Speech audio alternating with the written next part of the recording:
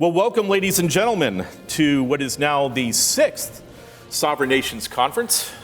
We've had conferences in Washington, D.C., in London, in Phoenix twice, in Atlanta.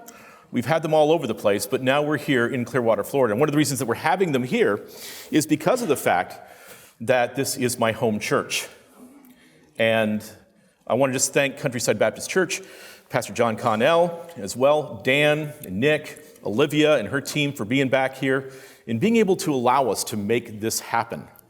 And I want to tell you, this particular conference will probably be one of the spiciest that we've done, but it's no different than anything that we've done in the past, because really our goal has always been at sovereign nations, is to ensure that authoritarianism doesn't take over. That's my biggest concern. And it's been my biggest concern since 2017 when we started. Well, here's something I want you to remember. Happy is he who is able to know the causes of things and who trampled beneath his feet all fears, inexorable fate, and the roar of devouring hell. That's from the poet Virgil in 50 BC. Because if you understand the causes of things, you'll be able to know how to react and as well to be able to get ahead of things.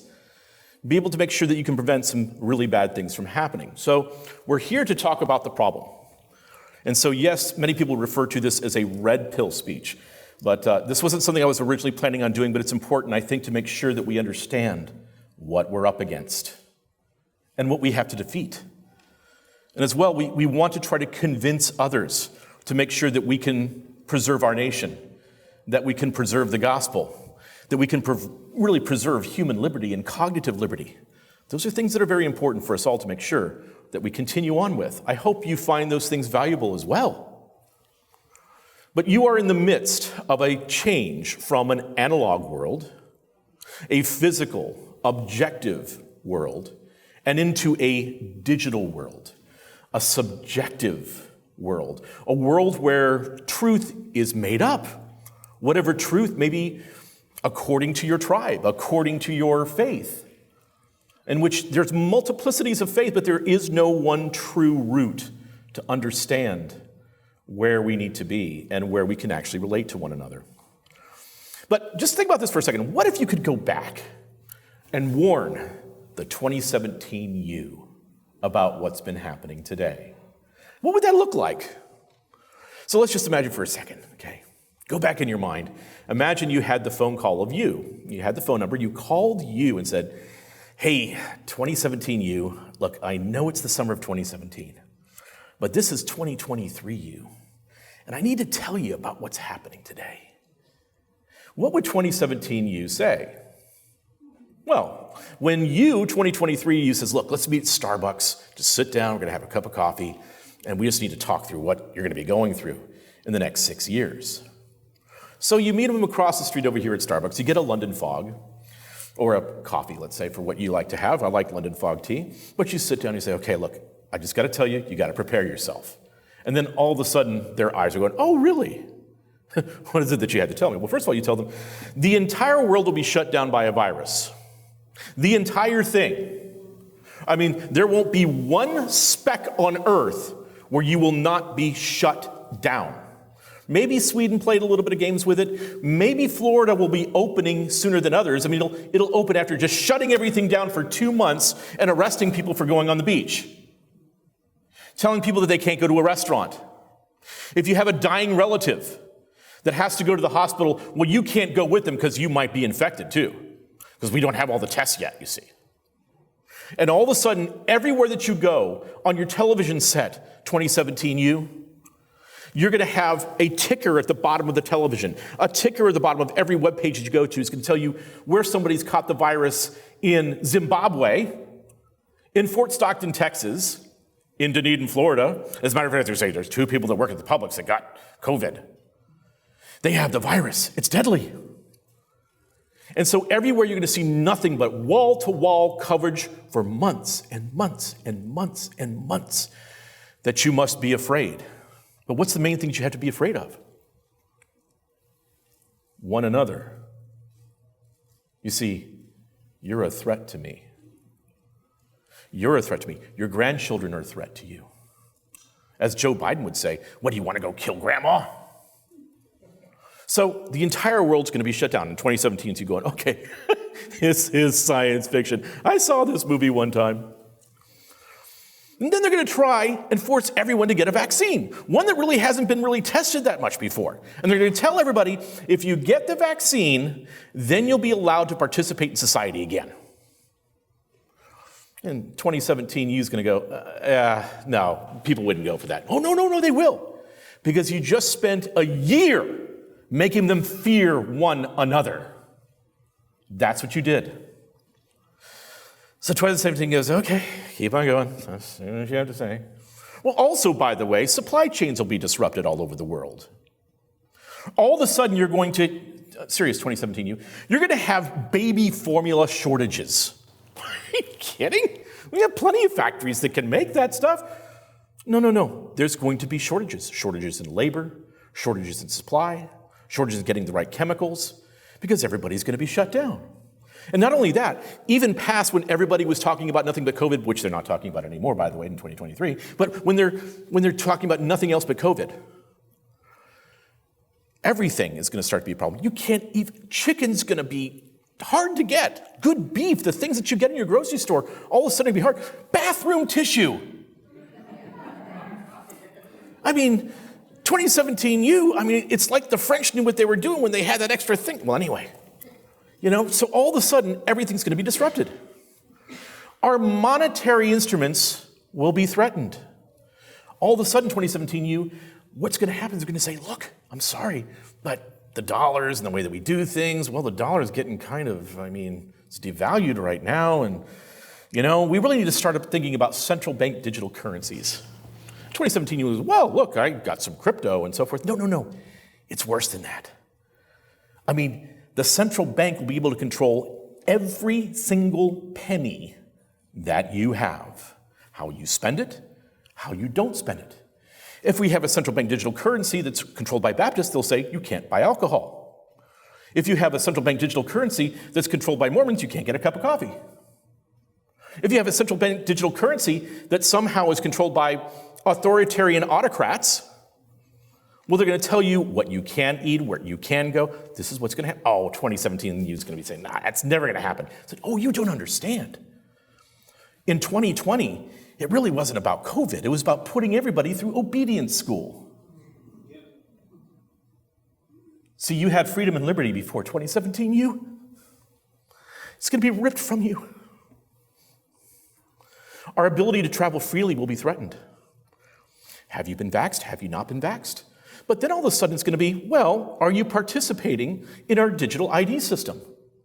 And as a matter of fact, we need to start thinking about 15-minute cities, and your carbon footprint might be too large. So we have to centralize population again and destroy the suburbs.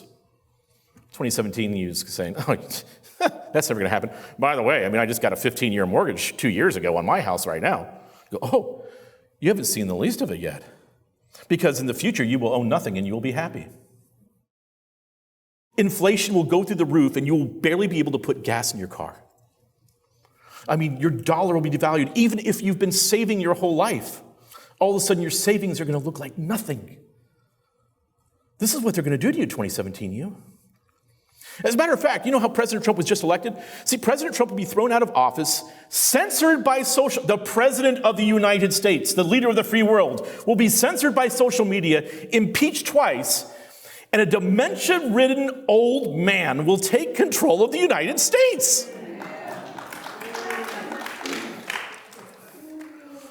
2017 looks at you and says, kind of a conspiracy theorist there, brother. First of all, not even one of those things would ever happen. And certainly not all of those things would ever happen. So 2023, you would go, just you wait. They're not even done yet with what they're doing. See, the thing you don't understand right now, 2017 is you're being put through operational preparation of the environment. It's a military term. They're preparing the environment to you. Hey, 2017 did you notice that your Baptist church or your Presbyterian church, that they're only talking about things like white privilege, social justice, It's a little thing called critical race theory. They keep on jumping around. Even here in Clearwater at a very large Southern Baptist church, they're talking about white fragility, a book by Robin DiAngelo that is just absolutely dripping with critical race theory. In 2017, you would go, oh no, we're too smart for that, thank you very much. I'm a well-read man, I'm well-educated. I have a doctorate in thus and thus, or whatever it may be. 2023, you take a break, maybe go see a doctor, go pray with your pastor, but brother, don't worry, I'll be praying for you, but thanks a lot, man, for the coffee, I appreciate it. That's what 2017 you would say to you, because he doesn't ever understand that everything is being disrupted and dismantled in our world. Everything, everywhere, all at once. That's not just the title of a movie, it's what the plan is. If you will, think of it as a sociological, ideological, economic blitzkrieg. You don't know where you can turn next. See, because this is a top-down, bottom-up, inside-out move. In everything. Top-down, you get your desired elected officials and directors into office, or into the head of a company, an organization. Let's say like Budweiser, or into Disney. And you legally enact change and radical change in the organization. Bottom up, you create reflexive events, precipitating events. You encourage them or you highlight them. Let's say like the death of somebody that was killed by police. And you show it again and again and again. You show that video to everybody in every bit of social media everywhere where no one can escape it. It's the only thing that you do. All of a sudden, you don't talk about COVID for a few weeks. You talk about one thing, and then you encourage people to burn down their own towns. You encourage people to riot in the streets. And the people that are at the center of this whole movement are going to be people that are avowed Marxists. Inside out. Then you reinforce the desired radical change in faith, cultural events, and community gatherings. In corporations, everybody's going to have to go through training, diversity, equity, inclusion training. You're going to have to see how you don't understand your ethnicity has been really hurting people for a long time. It's called the Great Reset, and this is from the World Economic Forum. It's the way to change everything all at once. But the big change isn't even coming yet. The big change is in 2030, and we'll talk about that later. Well, in the Chinese Cultural Revolution, because we're talking about Maoism today, you had the old ideas, the old customs, the old culture, and the old habits. And all those things that were old had to be changed because you had to bring in the new, out with the old and in with the new. That was the program. So you had to go through a psychological transformation, a philosophical, spiritual transformation, a cultural transformation, a political and governance transformation. Everything had to change everywhere. But not just what happened in China, or what they tried to do in Hungary in 1919, which only lasted, I think, about 7 or 8 months, and they kicked everybody out. But you're going to have to do this through the whole world. So what is happening? What is happening to us? Well, let's think about industrial revolutions. And this is the excuse that they're going to give. The first industrial revolution, you had steam engines and steam power. That changed everything, right? Steam locomotives. All of a sudden, you're going to be able to go from one end of the continent to the other end of the continent. Mobility was changed as well. In the ability to start creating new things, everything started to change. And it also, unfortunately, led to the rise of socialism and communism. But second industrial revolution, the discovery of electricity and assembly line production, the leap of 60% of the Western world out of poverty. Think about that, what that did. Transportation connectivity from urban industrial areas, steam ships. All of a sudden you weren't having to rely upon sails anymore. On wind power, that wasn't the thing. You could go where you wanted to go with the ship. Watch out for the icebergs, but you could go where you wanted to go. If you think about it right now, what they're trying to talk about with everybody in this change for 2030 of net zero is they're trying to talk about, well, we need to get off of those gas turbine engines, those diesel engines that we have on ships, and we need to go back to wind. Do you see what they're doing? The third industrial revolution, the age of personal electronics and computers. Extreme poverty is now limited to just some countries that are far out, that are not part of the systems that are ruled by dictators. City centers are emptied out and the rise of the suburbs is happening. But really the big thing is electronics, the digital age. is introduced, computers, home computers, then especially the smartphone, which is, of course, that's your little surveillance device. Can tell anybody where you are at all times. Every word that you say, every keystroke that you hit, every picture that you take, someone else has that. Just a little warning there.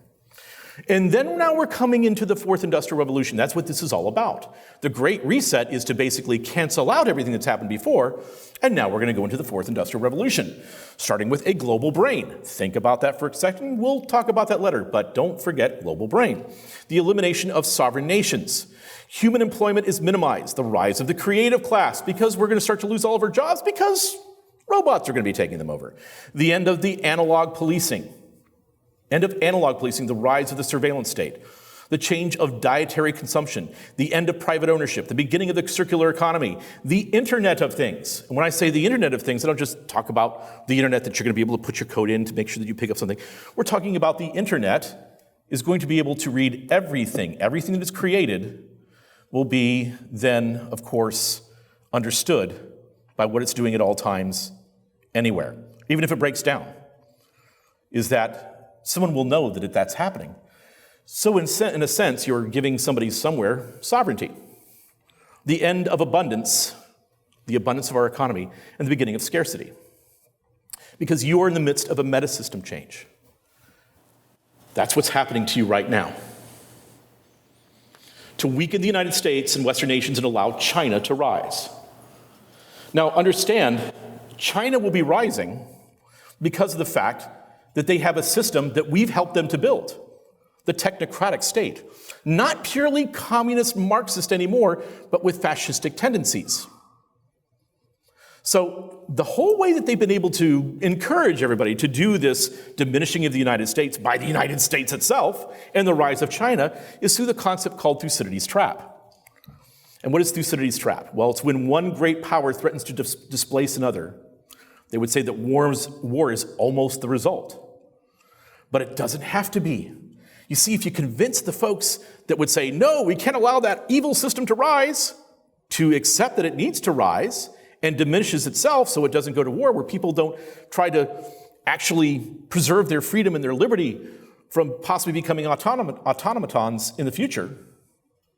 If you can convince them to basically dismantle themselves, that's what you want. And this comes from Thucydides, who was the author of the history of the Peloponnesian War, which is back in 450 BC. It stated, it was the rise of Athens and the fear that this instilled in Sparta that made war inevitable. So we got to avoid a war.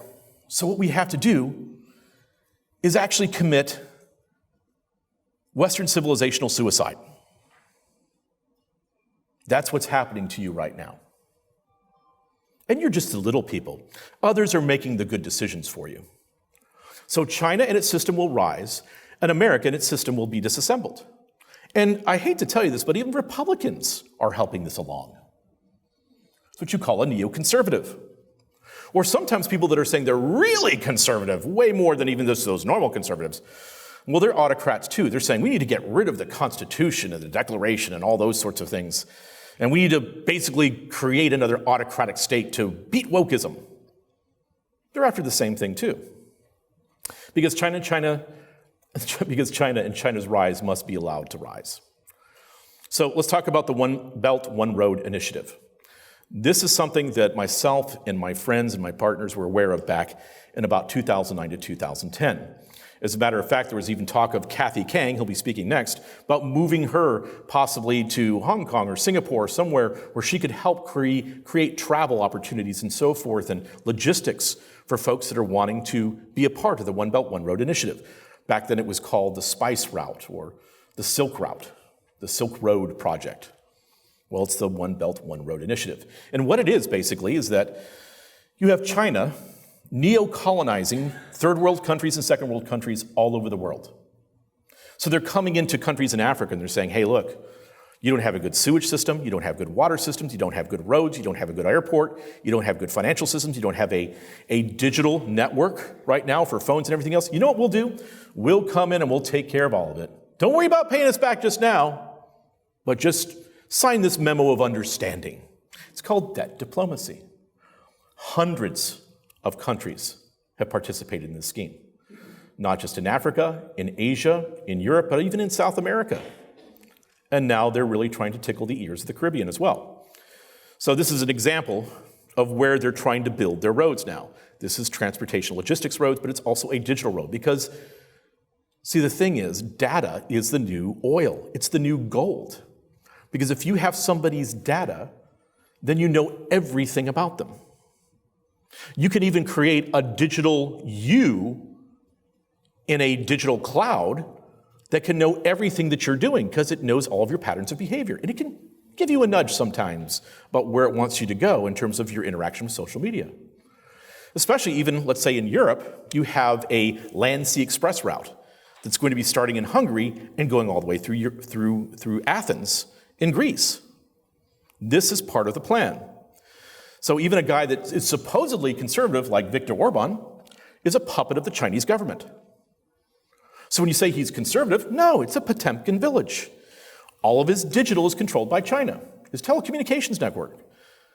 You know, when it came to a vote in the EU about condemning China for taking over Hong Kong, the dissenting vote was Viktor Orban in Hungary. So the One Belt, One Road initiative creates a replacement system from what was established at Bretton Woods back at the end of World War II, where you would have US dollar dominance replaced now with BRICS dominance. So BRICS would be Brazil, India, China, South Africa, as well as Saudi Arabia is now talking about being a part of this. Iran is talking about being a part of this. Now Brazil is really pushing the other countries in South America to be a part of this. So the US dollar has been dominant. Well, now they're going to phase out of that. US foreign policy dominance replaced by China-centric dominance. The United States is fractured, balkanized. Have you heard some of your politicians and even conservative ones talking about having a national divorce? Have you heard that? We need a national divorce. That's what that's all about. Capitalism replaced by various forms of socialism. Liberty and freedom replaced by autocratic authoritarianism. Humanity, human beings, being replaced or transitioned into humanity 2.0. A sovereign God replaced by artificial intelligence. And by 2030, they will create heaven for you. That'll be downloading your consciousness into the cloud. And you can live there even if your body dies. They're going to be trying to convince you of this for the next 7 years. Now, faith is an important factor in dismantling the United States because this isn't just about changing America. The fourth industrial revolution is about changing you. And we're about ready to go to our first movie here, folks. This is Klaus Schwab explaining what the fourth industrial revolution is to Charlie Rose just a few years ago. He's the head of the World Economic Forum. Have you seen this Bond villain before? Okay, here we go. You now say that you want to talk about, in this year's conference in January, mastering the fourth industrial revolution. When we look at the world today, we see governments and even business very much engaged in mastering the crisis of today, very much absorbed by crisis management. Right. But if you look into the future, there's so much going on in technology. Yeah. It's a real revolution, and our life, the pattern of governing societies will be so much affected with what's going on in research, in innovation. And we are not sufficiently prepared for it. Just look at the discussion on big data. Yeah. It shows how difficult it is to find the necessary rules, to find the necessary norms. And look at things like artificial intelligence. Exactly. And robots. Look at things like gene editing. Exactly. You know, opening a whole new horizon for medical science. And you see, the difference of this fourth industrial revolution is it doesn't change what you are doing. It changes you. If you take genetic editing, right. Just as an example, it's you who are changed. Yeah, and of course, this has a big impact on your identity. Yeah.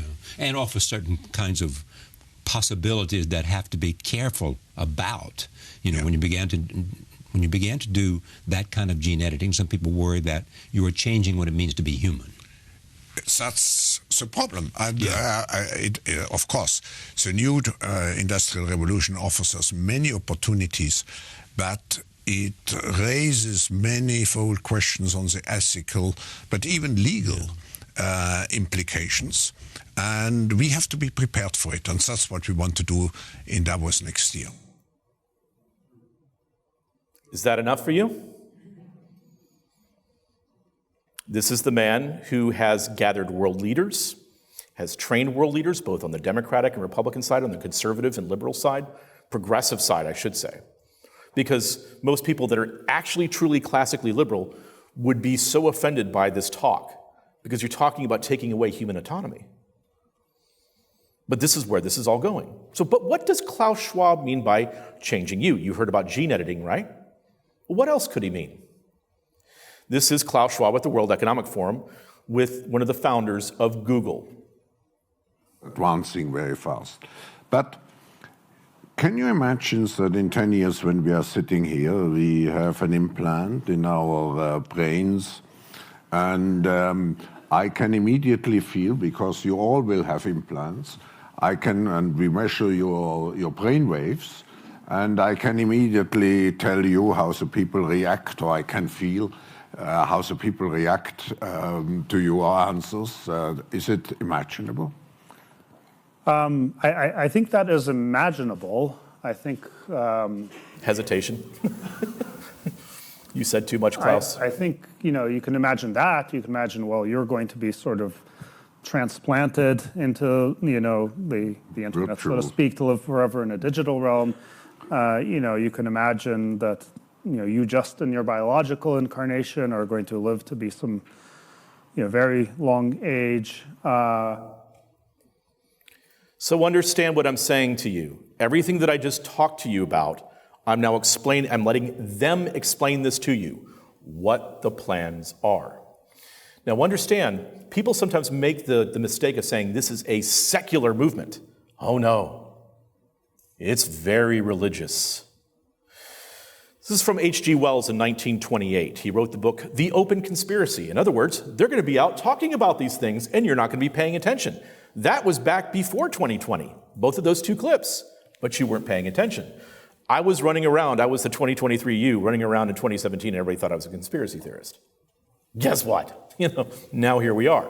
But this is what H.G. Wells says. He says, the character of the open conspiracy, the movement towards a world collective, will now be plainly displayed. It will become a great world movement as widespread and evident as socialism or communism.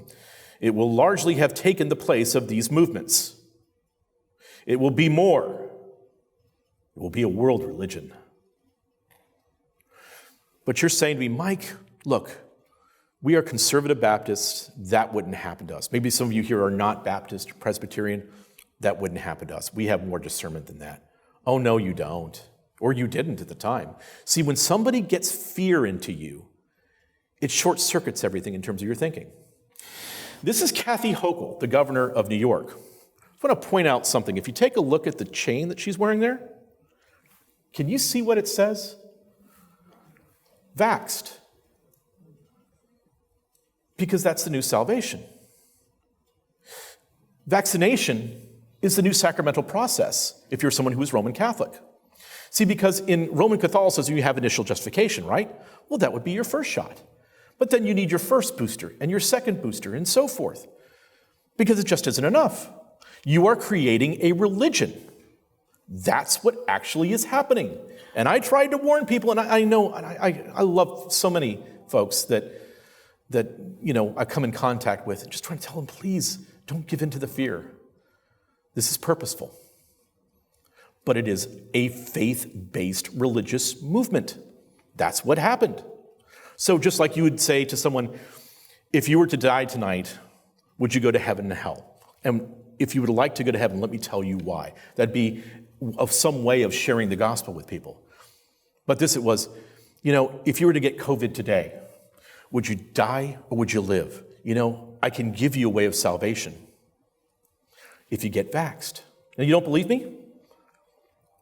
Let me let Kathy Hochul tell you. We have to get this community back.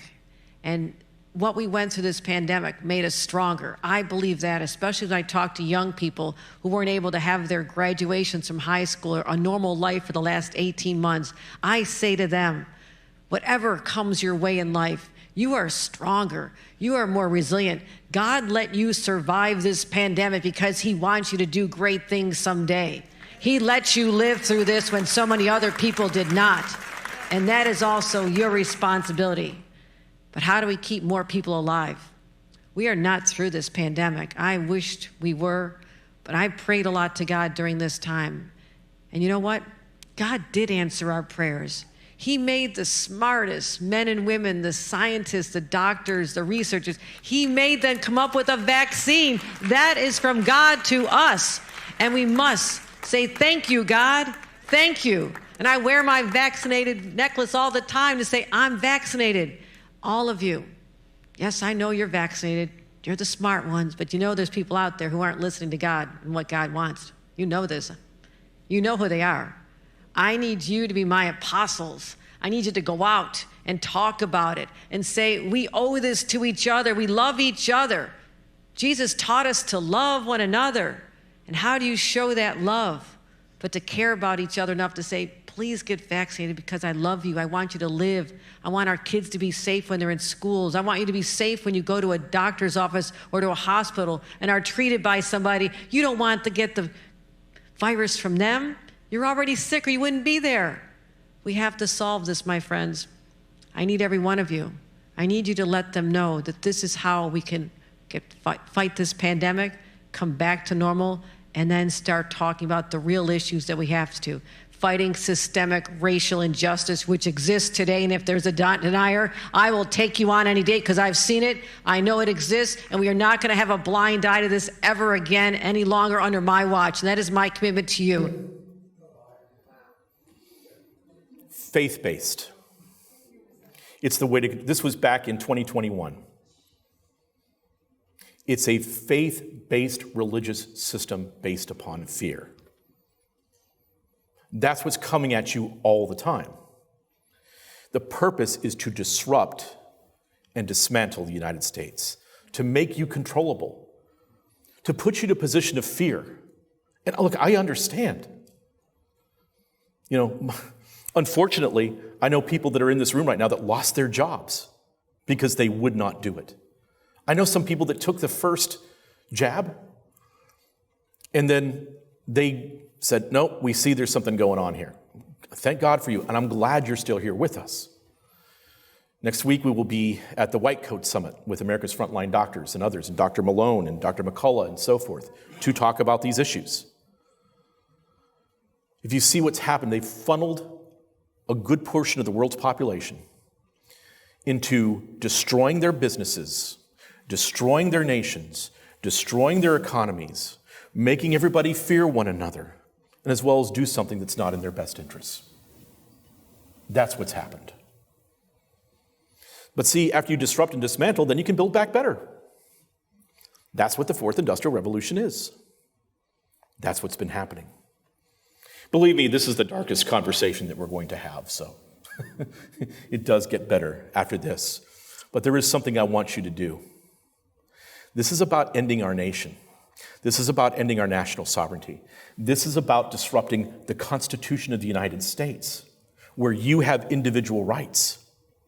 You have inalienable rights. That's what this is about. But there's a reason why we called our conference what we did. It's because it's time for us to take back America. We also need to take back the church. We need to take back our institutions. And it comes down not to just guys like me that are up here talking. It's you. We must protect and defend the United States of America and our Constitution from those that would seek to dismantle our nation. We must do this. Do you agree? Stand with me. Thank you.